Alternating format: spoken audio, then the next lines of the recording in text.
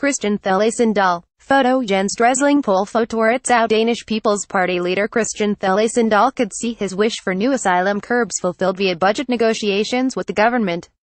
Denmark's government, led by Prime Minister Lars Rasmussen, is currently locked in negotiations with parliamentary ally the Danish People's Party (DF) in order to push through a new budget and tax cuts by the end of the year. DF leader Dahl has asked for some of his party's demands on immigration to be met as bargaining over the deal continues. Rasmussen appeared on Thursday ready to change rules on family reunification, as well as on the return of asylum seekers granted so-called temporary residence midlertidig ophold in Danish. Given that this type of temporary asylum is commonly granted for a 3-year period, after which asylum seekers must reapply to remain in the country, rule changes would be likely to affect a large group of Syrian refugees who arrived in Denmark in 2015. That group, which according to Rasmussen consists of 4,200 Syrians, will also be completely excluded from family reunification provisions should Dahl's requirements be met.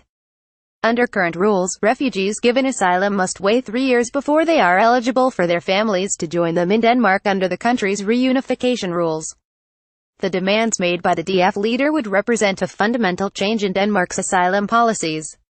It is important for us to look at the right to family reunification that this group gets after 3 years. It is clear that if you are able to soon return to, for example, Aleppo in Syria, that's where family reunification should happen, Dahl told Ritzau. That's where refugees should have help rebuilding their houses and making their future. Not by getting family reunification in Denmark, he continued. According to the International Organization for Migration IOM, 405,420 displaced Syrians returned to Aleppo Governorate between January and July 2017, based on reports from IOM, the UN Migration Agency, and on-the-ground partners of those organizations. The vast majority, 93% of people returning to their homes in Syria had been displaced internally within the country, according to that report. Refugees from Syria were given temporary asylum in Denmark in accordance with paragraph 7, part 3 of the country's immigration law, which allows family reunification after 3 years have elapsed. Denmark received asylum applications from over 21,000 people in 2015, the year in which the flow of refugees to Europe peaked, not least from civil war-ravaged Syria. DF's position is that allowing family reunification will make it more difficult to return asylum seekers once it is deemed safe for them to return to their home countries. The party is therefore keen to block family reunification as part of the budget negotiations. Any changes to family reunification rules would require legal assessment, according to Ritzau's report on the negotiations.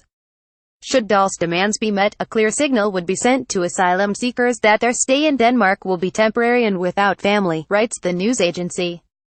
Dahl also wants the proposed changes to eventually apply to all asylum seekers, including those granted permanent asylum. The government is talking about a paradigm shift for people given protection under paragraph 7, part 3. We will not reject that. This could be a crowbar to make fundamental changes for those given asylum under paragraph 7 parts 1 and 2.